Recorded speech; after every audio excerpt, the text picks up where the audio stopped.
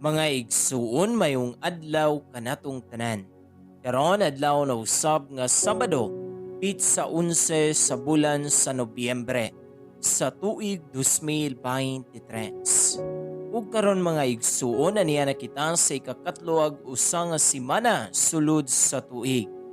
Sa ngalan samahan sa Anak ug sa Espiritu Santo. Amen.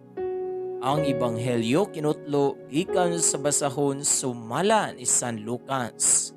Kapitulo 16, versikulo 9 ngadto sa 15.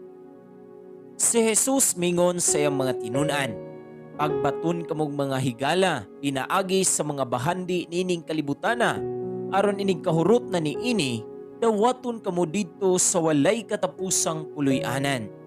Kinsa kadtong kasaligan sa gagmayng butang, kasaligan usab sa dagko. O kinsa kadtong limbungan sa gagmayng mga butang, limbungan usab sa dagko.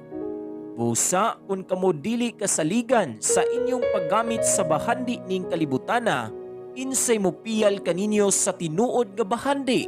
O kung dili kamo kasaligan sa mga butang sa uban, kinsay mo hatag kaninyo sa inyong kaugalingong mga butang?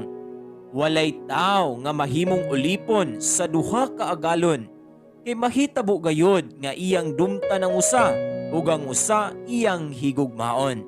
Uunungan niya ang usa ug ang usa iyang tamayon. Dili kamo makapaulipon sa Dios ug sa salapi." Sa pagkadungog sa mga Pariseo nining tanan, ilang gibugal-bugalan si Jesus kay makisapi man sila. Mingon si Jesus kanila, "Nagpakamatarong kamo ato bangan sa mga tao, apan nasayod ang Dios sa inyong kasing-kasing. Kay ang giisip sa mga tao nga bililhon kaayo, walay bili sa atubangan sa Dios." Mga igsuon, ang Ebanghelyo sa Ginoo, daygon ikaw o Kristo. Mga igsuon ko ni Kristo, kumusta? Gikapoy na ka? Padayon lang sa pagtikang paabante sa imo nga mga lakang sa dalan nga naay Dios sa atong kinabuhi. Mamahimong gikapoy na ka tungod sa daghang problema nga imo karong gihambin ug feeling nimo ikaw ra usan nag-inusara, wala kay kastorya, kasumbungan nga makapaluag-luag sa gibating kahuot sa imong dughan.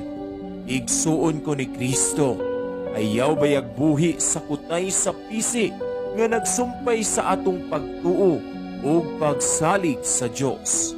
Atagi og panahon ang imong kaugalingon sa pagpahulay, paghinulsol ug pagampo sa Dios. Dasiga ang imong kaugalingon nga mubangon sa imong pagkadagma ug hinumdumi kini nga ang Dios dili ka maong mupasagad kung kita kaniya andam lang mualagan. Ug ang Dios mingon, ibubo ang tanan nimong paningkamot sa kinasingkasing nga paagi sa akong atubangan. Ug ayuhon ko ikaw, ug hatagan ko ikaw sa tinud-anayng kalipay ug kinabuhing puno sa kalinaw. Amen.